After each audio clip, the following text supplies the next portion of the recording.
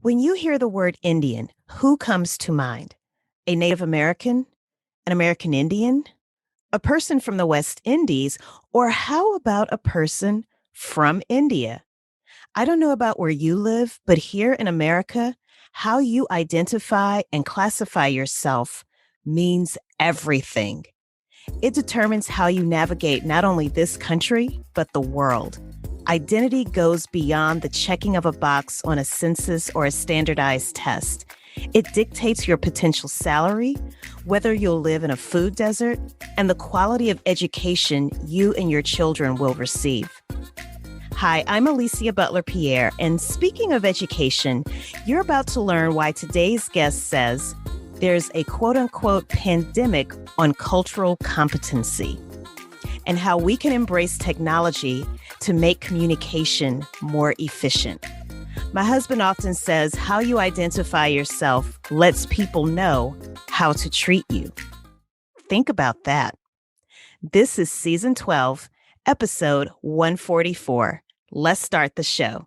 Welcome to Business Infrastructure, the podcast about curing back office blues of fast-growing businesses. If you're a business owner or operator looking for practical tips and solutions to scaling your business in a sustainable manner, you're in the right place.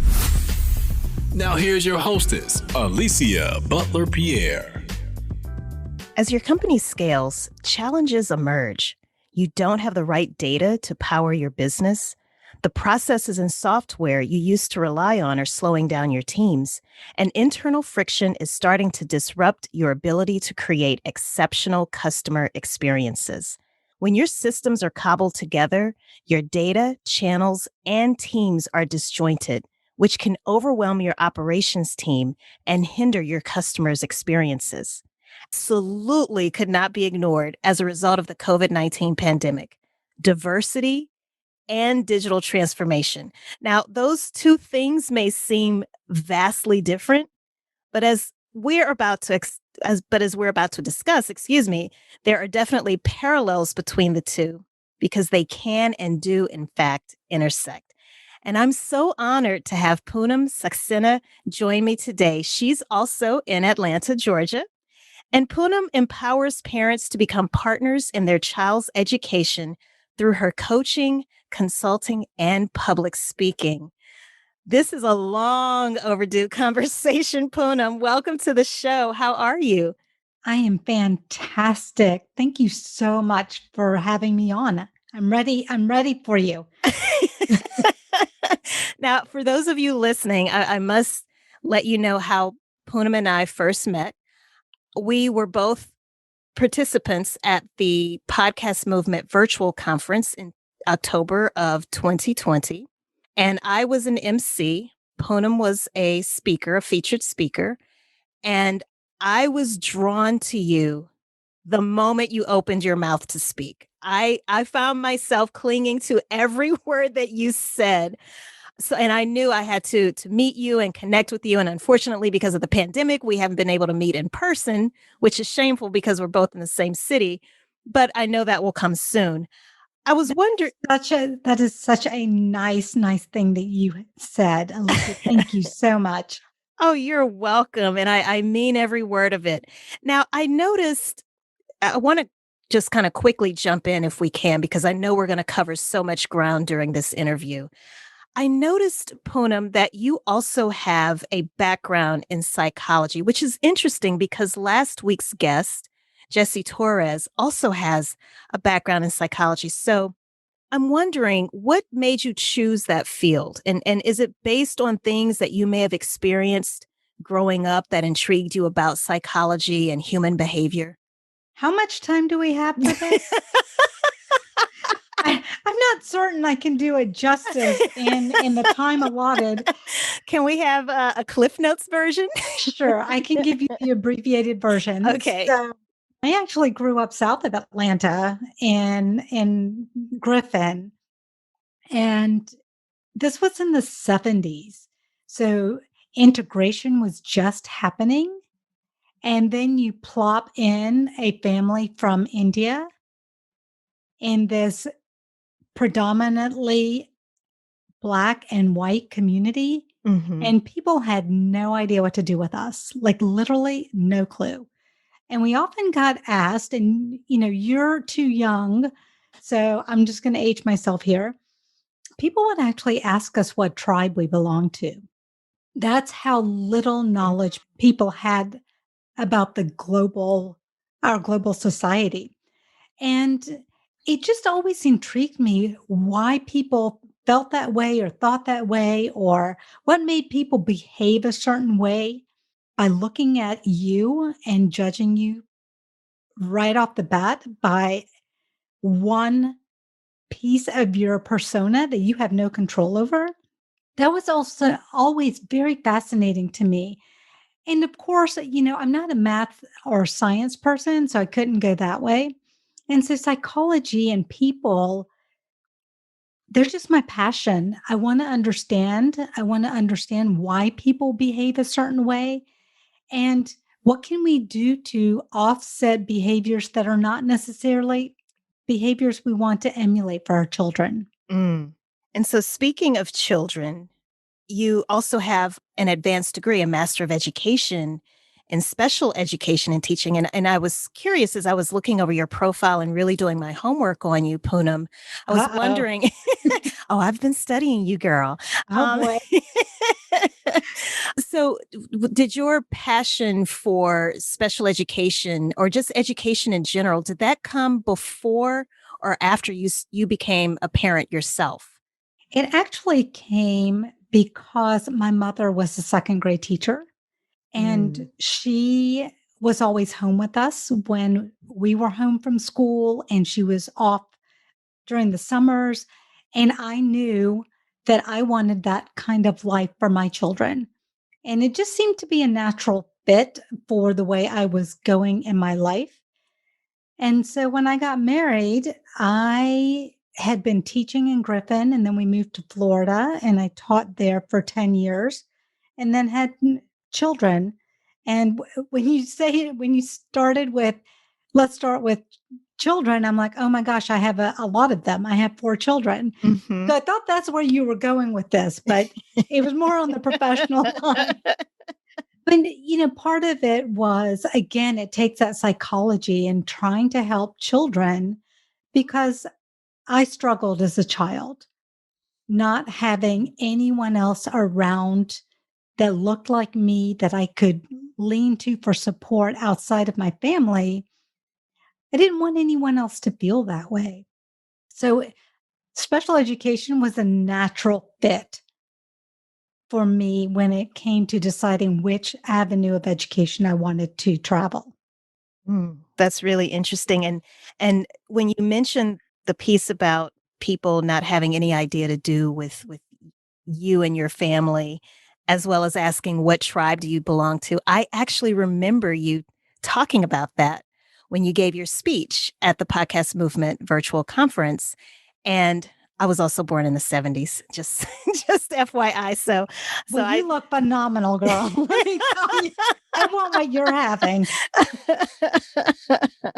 So another thing that I remember very vividly, you mentioning that your neighbors growing up in Griffin, Georgia, did not know that India was a country. So it kind of, I guess that's kind of the part 2 of, oh, what tribe do you belong to? What tribe does your family belong to, Poonam? India? That's a country? So that always, can you speak more about that and just, again, going back to that level of ignorance? Yeah, you have to go back, and now that I know how old you are, you have to think about where Georgia was in that period of time in history. We were just coming out of the civil rights movement. We had just created an entire opportunity for people who are Black who never had that opportunity before. And so the world was really small. Everything really hindered on what was happening in the South. And our history books really don't talk about it. And even to this day, I don't think they do world history justice or world geography justice. we may talk about Asia for 3 days. Well, Asia is a massively large continent. Mm-hmm. It deserves more than 3 days. And so our neighbors, our classmates, they didn't understand that there was a country and that you actually got on a plane and went there. There was a lot of learning and educating we were doing about who we were, and vice versa too, because we didn't really understand all the nuances of living in America. Yes. And so again, that education piece and the psychology behind it as well, and understanding that human behavior and how the way you are miseducated or miseducated shapes that human behavior. It's interesting listening to you talk about or share that story in particular, because I remember when I was a student in high school, in my senior year, we took world history. World history basically was European history and the conquest that they made colonizing the rest of the world. There was a little bit of talk about Genghis Khan and, maybe a few other emperors and leaders in Asia, very little discussion about Africa. Like that part of the world, the Eastern old world, just didn't exist. And it's like, wait a minute, this is a world history class. So even back then, just as a 16, 17-year-old, I knew something was dramatically wrong about the way that we were being taught world. And I'm putting that, I have air quotes up right now, world history, right? Well, and you think about how history is taught, right? It's taught through one lens, Mm-hmm. one population of people. When you go and you visit these countries, their history is their history. Mm-hmm. We learn their interpretation or our interpretation of their history. So we're not really learning a whole lot about the way history has shaped us. We're only learning it through one lens. And that's actually, in my opinion, the biggest disappointment that we have in our education system is that we are teaching through one lens. Now, there are things that you can't, that only have one lens, right? Like learning English, and you can only write a sentence grammatically correct in one way. Or math, that is very linear. But everything else is pretty much social. Our history is social. Our sociology and our geography is social. Those are the things that we have to have a broader lens around when we are teaching our children. I agree with you. I definitely agree with you. And it can actually make you, I don't know if you've had a similar experience, Poonam, but when I started to really travel abroad as an adult, a young adult, I became angry in many ways because I felt cheated on learning about the world, because the things that I saw did not align with the things that I had been taught. And I think for many people, we can go through that period of anger, knowing that you were purposefully, intentionally miseducated, or certain information was intentionally withheld from you.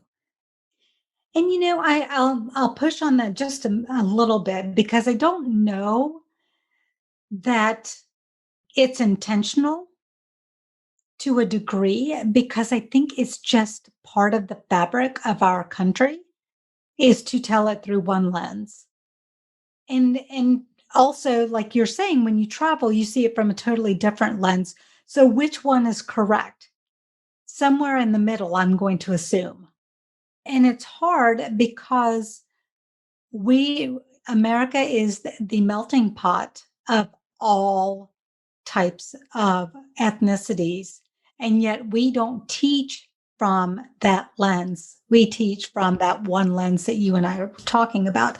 And yes, we should be angry, because in America in 2021, why are we not teaching a broader spectrum of issues and challenges in history? There's no need, there's no reason not to. And I came across a statistic that just happens to flow right into this conversation.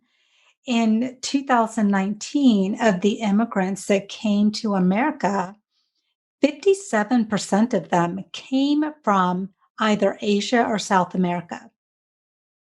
57% had English as a second language just in 2019, and only from those immigrants. That's not including, our European brothers and sisters or, Africa or anywhere else. Mm-hmm. And yet we're not teaching from that lens. We're expecting everyone to fit in what I call a box. Everyone needs to conform and learn X amount of information in this particular manner. And that's where I think we can do better. And I know that this is essentially at the heart of the work that you do through your company. And I want to make sure I pronounce it the correct way. Is it 𝗕𝗂𝘀𝗶 or 𝗕𝗂𝘀𝗶? It is 𝗕𝗂𝘀𝗶. Okay, 𝗕𝗂𝘀𝗶. So can you tell us a little bit more about your company and the work that you do? So 𝗕𝗂𝘀𝗶 is basically a business that focuses on parents, all kinds of parents. So whether you've been here for decades or you're a brand new immigrant that just stepped off the plane yesterday. Partnering in our children's schools is so important for our children to succeed. They need to know that they have a support system. So I equate it to us going to work. You and I go to work, we have our colleagues.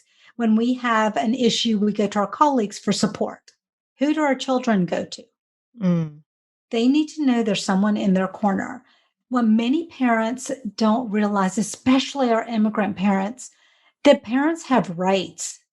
They have a voice in schools. They can advocate for their children, but there's a way to do so. And many times, I will say oftentimes, we see parents only engage with the school when there's an issue. The child has done something that warrants the parent coming in. And it's usually a behavioral issue, let's be honest.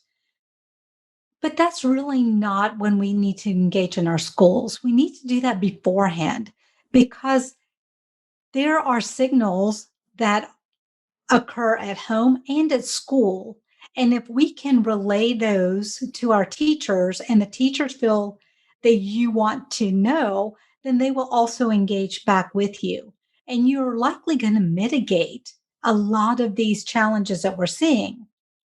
So CDC actually says that parent involvement does three things.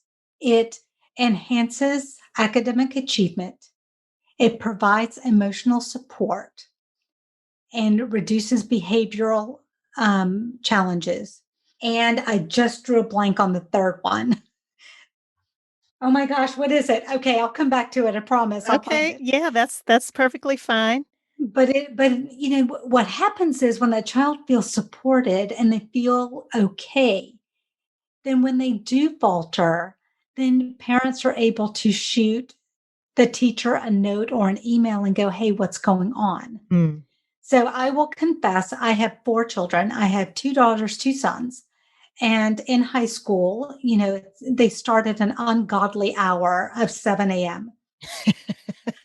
For everyone, it's an ungodly hour. But anyway, so, many times they were going to bed at 1 o'clock, doing their homework, getting their projects done, and then getting up at 5. So they're tired and they're cranky. And so I would just shoot the first period teacher and text or an email and go, listen, good luck. I'm sending Oscar the Grouch to you. And, I would always say it like that because, I wanted the teacher to know, like, listen, we're tired today. I can give them some slack. Like they've been working hard, just take it easy on them. And I would very inevitably get an email or text back at the end of first period and go, it was a great first period. Everything is great. They're off to a great start. Huh.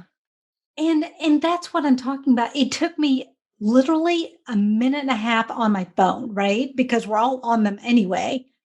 And what I got was confirmation and confidence that my teachers were going to take care of my kid. Mm. And the teachers were prepared, right? If you don't know that your student is cranky and why they're cranky, you're going to just think they're being a bad kid. Right. No, there's a reason. And so that's what my work does. It really tries to give you hands-on, real practical ways to engage in schools. And not only in schools, but guess what? They come home and we have to take care of them at home too, right? Right. So we also have to figure out, okay, where are we going to fit in our self-care time? And how are we going to deal with standardized testing? And what about that child who comes from a diverse background? How can we help them? So, Alicia, since we talked last, I have written a book and it is coming out on May 4th, and it deals with all of these challenges that we face as parents. And it's just really, it's not difficult stuff. Sometimes we just need to know that we're going to be okay. Mm. Yes, absolutely. Well, that is really profound and powerful and transformative work that you're doing. And speaking of transformation, so we've touched on the diversity aspects, and I definitely want to make sure that we also talk about students who may have physical disabilities, because that's often, unfortunately, a part of the diversity conversation that doesn't always come into play. And I know that being that you have your work experience and background in special education, I definitely want to make sure that we touch on that. But from a digital transformation perspective, Poonam, especially with COVID, we all had to come to terms with, you know what, this isn't going anywhere anytime soon. And with so many parents already struggling, trying to figure out their work situation, to add fuel to the fire, they had to be at home with their children and making sure that everyone was online, that they were connected, that they were still doing their homework, that they were engaged. Can you talk to us a little bit about, was that a part of your coaching last year, in particular in 2020? And is it still a part of some conversations that you find yourself having with parents? It's interesting. The pandemic has brought out the best and worst in us, correct? Mm. So, when everything shut down, over a year ago now, everyone went to online and parents were struggling trying to figure out how to get everything done, because guess what? Your kids aren't going anywhere. They are right there under your feet and they need help, especially the younger ones. And what I have learned is that our younger children can navigate all this stuff much better than we can. By the time I could figure it out, they were done. But the challenge really is not with the parents, and it is a challenge. I don't want to minimize it for the parents who have access to internet, to 24-hour Wi-Fi. What about those parents who don't? How are those children learning? Yes. Those children are being left predominantly with a family member while the parents go off and work their jobs, because the parent has to work. So the child is kind of left on their own. They're on this island. And even though they can navigate it, we have to remember that it's still the internet. There are all kinds of crazy things happening on the internet, and kids can go down that rabbit hole very easily. So many parents were trying not only to get their kids educated and get their own jobs done, but they were trying to make sure they were safe and they were not being cyberbullied, because we now have taken bullying out of the schoolyard and put it on the web. Yes. And now it's everywhere. So parents have really had a learning curve. And I do joke that I think many parents have learned that Johnny may not be the sweetest student in the classroom that they might perceive. And that's okay. We all need a reality check sometimes. But it's a great way for parents to go, wow, Johnny, you can't do that right now. This is focus time. Or Johnny, I promise you'll get to do this, but we've got to finish this, right? Mm-hmm. So there's a lot of, I believe, inherent teaching that is going on. I'm hoping that when we get everyone back to school, and so many districts have opened, but I hope when we get everyone back to school, our children are more empathetic. I'm hoping that our parents have taught our children that. And on the flip side, I worry because they've been, king of the hill for a year, or queen of the hill for a year, and you're throwing, all of these kings and queens back in a classroom, and who's gonna come out on top. So it could go one of two ways.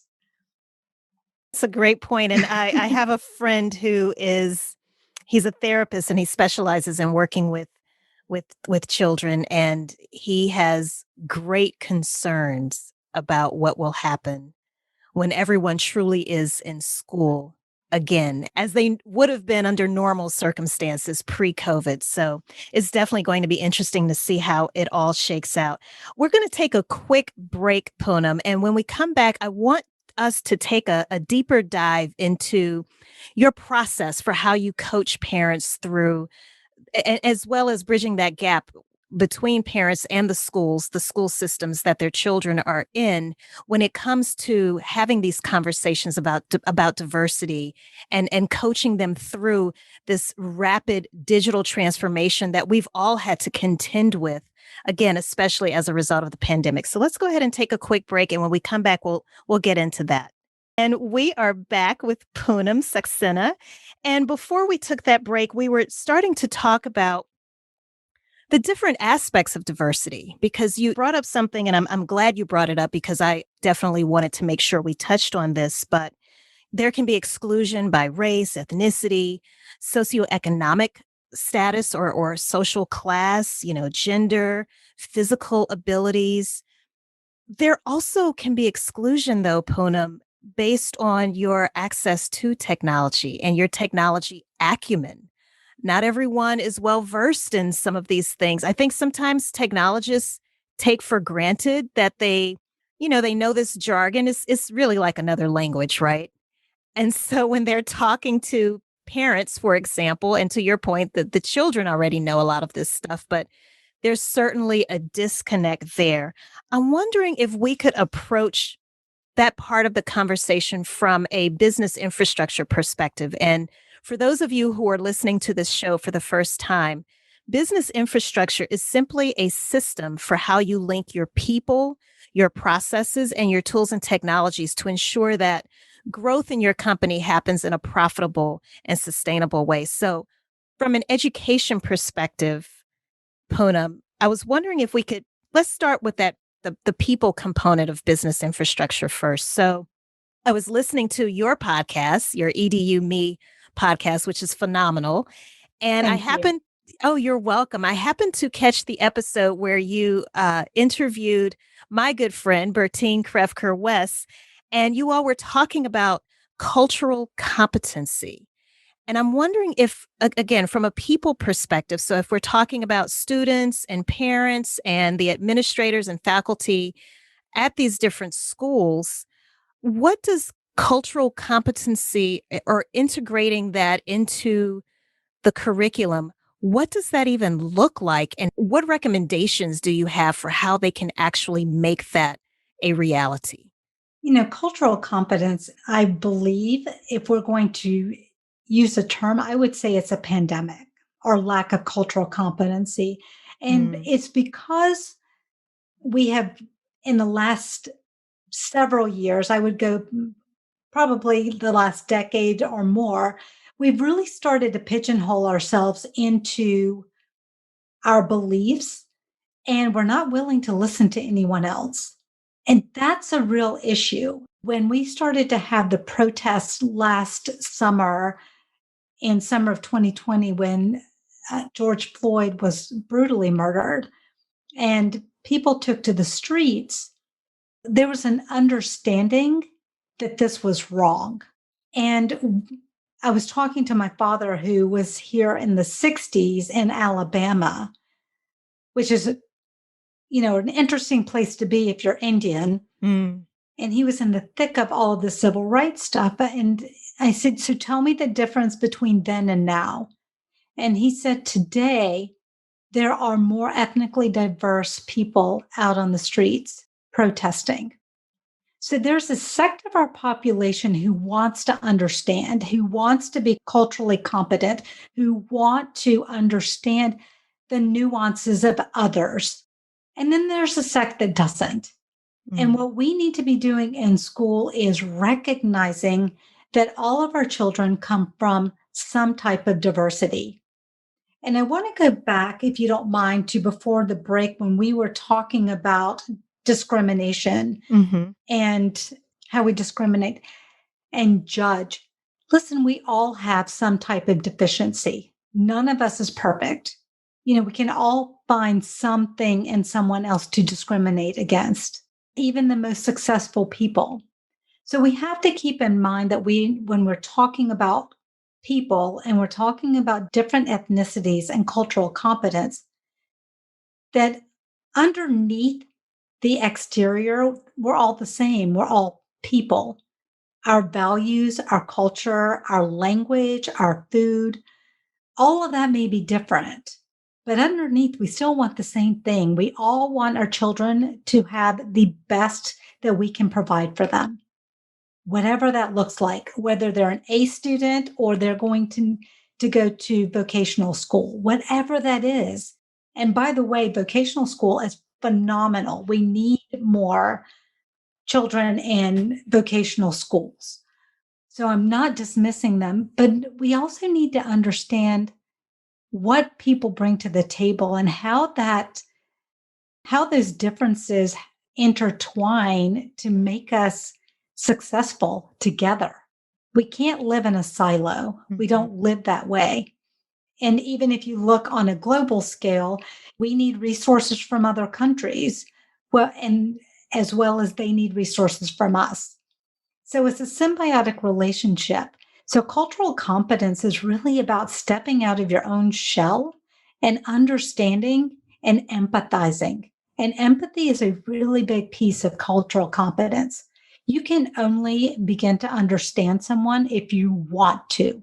And our teachers and administrators are strapped for time. They are overworked, underpaid, and they have a heavy burden to bear. We need to make it as easy as possible for them to understand what's going on.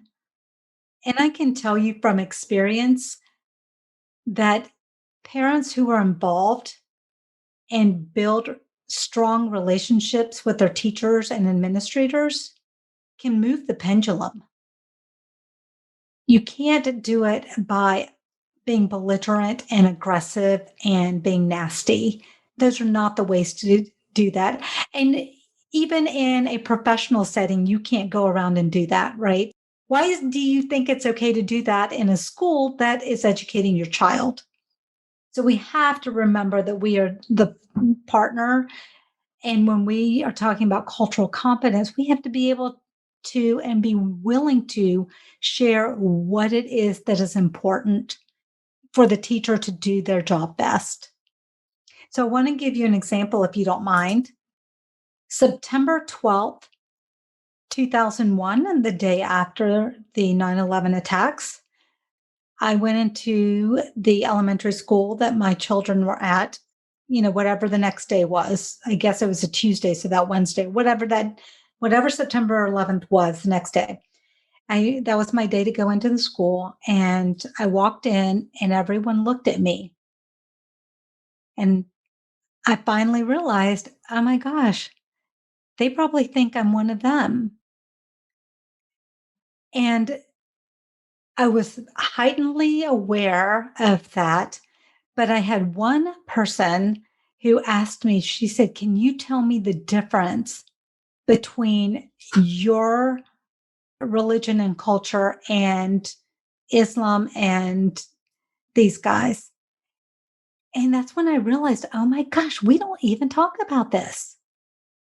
And, I give her kudos, I give her every accolade for saying, teach me cultural competence. That's what it is. I'm okay with you asking me a question. Most of us are. We should not be afraid to talk to people. And that's what I think we're getting to. And we need to change that. I'm really glad you said that because it's, again, about keeping those lines of communication open. And you're so right. People ask me things and I answer them. And I would rather you ask me than to make an assumption, because that assumption is more than likely going to be incorrect.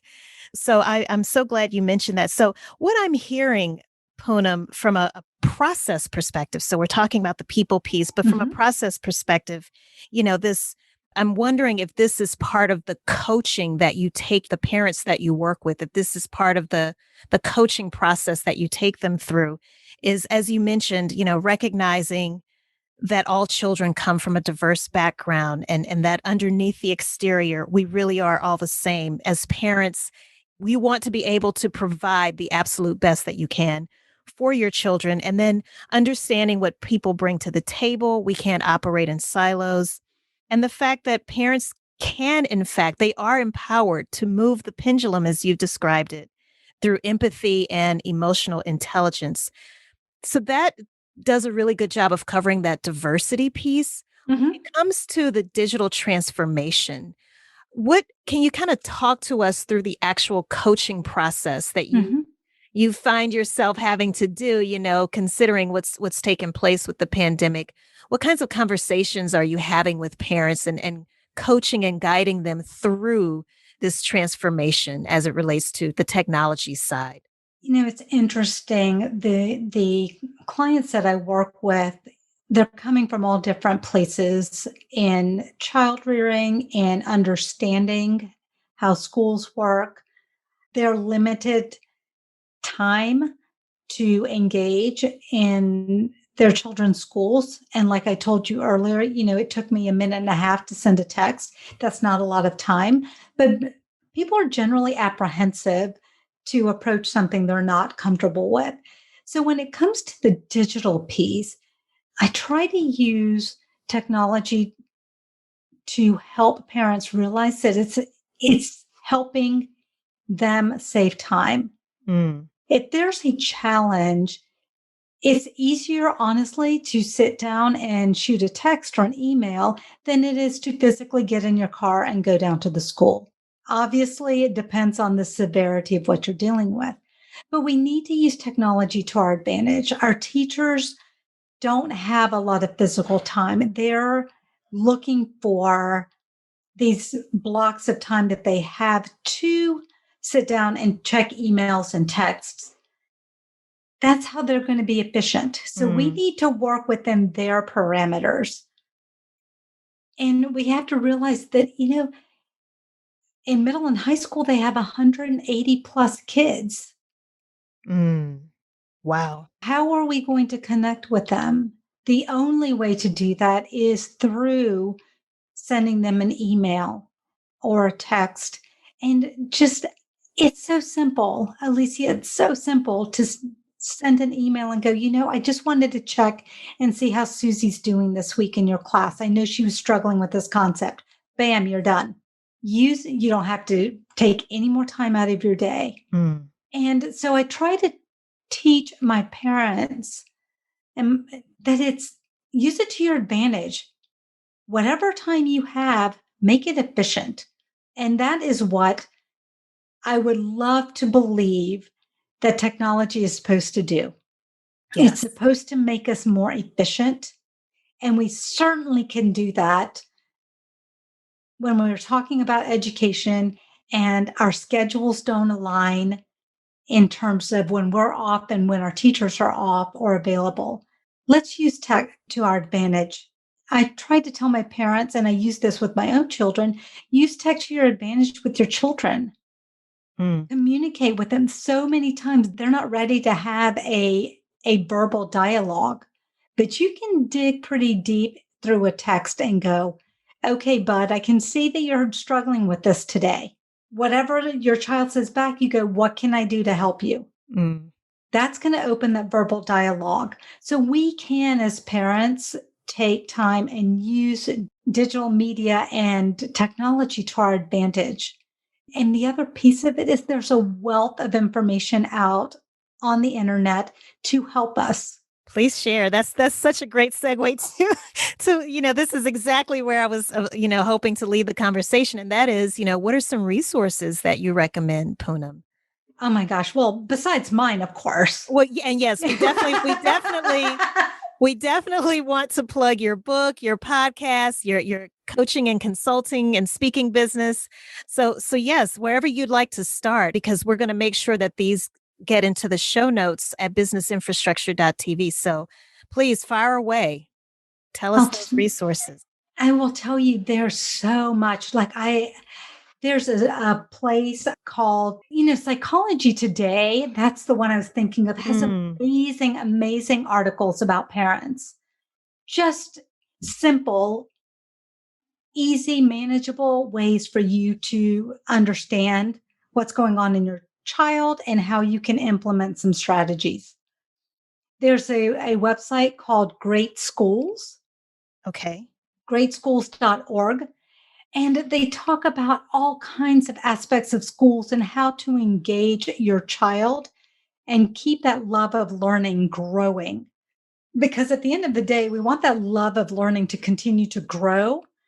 Because we know, at least in my experience, as you get into middle school, you can kind of step back from that love if you don't have it inherently. So we definitely want to keep expanding that. Mm-hmm. Harvard Education does a great job. Harvard.edu, basically. And they have a plethora of research and articles that they have written regarding education, parents, how to get involved, what can you do? So there's a ton of them. And literally all you have to do is, and another one before I move on is called Edutopia, Edutopia. And it's another great wealth of knowledge. And it's all about Googling what's going on in your world and finding someone to help you solve it, because I guarantee you it's out there somewhere. You may not like the way that they frame it, or that approach may not work for you, but at least you have a starting place. And if you really can't find something, I'm happy. I would love to be able to help you. You can always reach out to me if you want a one-on-one conversation, because I am much better in a one-on-one conversation when I'm trying to learn something than trying to sift through a lot of articles or blogs. Yes, I'm the same way. Just give me a phone call. Yes. So let's make sure we plug your podcast and your book. Yeah. So the podcast is called EDU-Me, and you can find it on every platform that I know of that's out there, all the major ones for sure. And you can also read my blogs at www.edu-me.net. And my book is actually at punamsaxena.com. And it is coming out May the 4th. It is called Parent Power, Navigate School and Beyond. And basically a conversation. It's written like you and I have been talking. It's a very easy read, but we go all the way from being able to take care of yourself to how to help your child during testing season. That's what we always called it at my house, was testing season. In discrimination and diversity, and then end with empty nesting. So it goes through the whole gamut, parenting and resources. And there are resources in there. There are tips in there. There are ideas in there. And then there is at the end of every chapter, there is a Poonam's perspective. And it's basically just a little synopsis of something that I did that was related to the chapter. That's awesome. Congratulations. That's Oh, so thank you. exciting. That's so exciting. Is the book available for pre-order or? Yes, it will be hopefully available for pre-order by April the 1st. Okay, by April That's the 1st. plan. That's the Okay. plan. So we'll definitely coordinate how to link to that with you. We'll behind the scenes, we'll make sure that we get a link to that on the website. Thank you. I told you this was going to happen, Poonam. You see the time, right? Like I see the time. Yes, we have to start wrapping this up. But before we do, we have to make sure that people know the best way to get in touch with you. So let the people out there know. The best way to get in touch with me is to email me at theedumi@gmail.com. Okay. I will be back in touch with you within a day for sure, if not sooner. And if any of your audience is just looking for some help in getting kids back to school, we're getting ready for summer, what all of this is going to look like, I'm absolutely happy to have a chat with anyone that feels that I can help them. Sure. Well, this was absolutely phenomenal. And in case anyone's wondering, what on earth does parenting have to do with business? Everything. Because for those business owners that are out there listening to this, or just leaders and executives, and you are a parent, then you know everything that Poonam is talking about. You can certainly relate to, I'm sure, many, if not everything that she mentioned throughout this interview. I want to make sure that I kind of quickly recap some key points that I picked up on as you talked about education and parenting through that diversity and digital transformation lens. So I love the fact, Poonam, that we were able to have a conversation about your initial interest and studying psychology and how people are, in fact, your passion.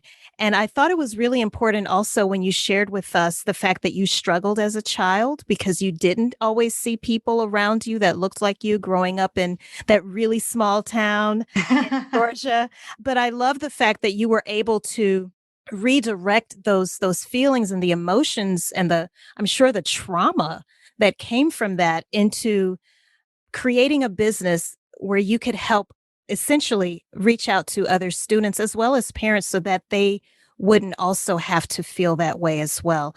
Another theme a recurring theme that I just saw throughout this entire interview was keeping the lines of communication open. And the other thing from a technology perspective is you kind of have to meet your children as well as their teachers where they are. If they're texting, guess what? That might be the best way for you to initially start to engage them in some type of communication or dialogue. So I love the fact that you talked about texting, and we didn't get a chance to touch on things like TikTok and Facebook and all of these other platforms that we know these students and as well as the teachers are using. But I can imagine that that's definitely part of the coaching that you talk your parents through as well. It's also in the book. There's a chapter about social media in the book. Awesome. So that alone is worth investing in the book. I think, and I'm not a parent, but I can certainly relate because I see things around me. I have, nieces and nephews. And so I'm adjacent. I'm parent adjacent. How about that? I love it. But if you're impacting your nieces and nephews' lives, then it's important because how do you connect with them? Right. Oh, no, please. I was just going to say, because you're going to meet them where they are as well. Mm-hmm. And Absolutely. You're right. We didn't even touch on Facebook and TikTok, but oh my gosh. I know. That's a whole different ballgame. I know. We just ran out of time. Such a great discussion. And just two more things. I really like the fact that you said you can only understand others if you want to. And that is so key. And, also just encouraging all of us, if you are curious about something or someone, ask. Do it in a respectful manner, but it's a teachable moment. And most people will appreciate that you actually took the time to ask the question instead of, again, making an assumption based on a stereotype that you might have. Poonam, this was phenomenal. I knew we would run out of time. But so for those of you who are listening, obviously, Poonam definitely knows what she's talking about. Make sure you support her by checking out her podcast. Again, it's EDU-me. And you can find that. I know if you go to her website, I'll probably say that's a really great place to go and find more information. And your website is www.edu-me.net. Is that right?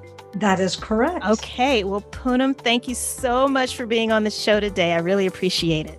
Oh my gosh, it has been my honor. Thank you for having me. Oh, you're welcome. And so as a treat, we always make sure that we put the resources that our guests share in the show notes.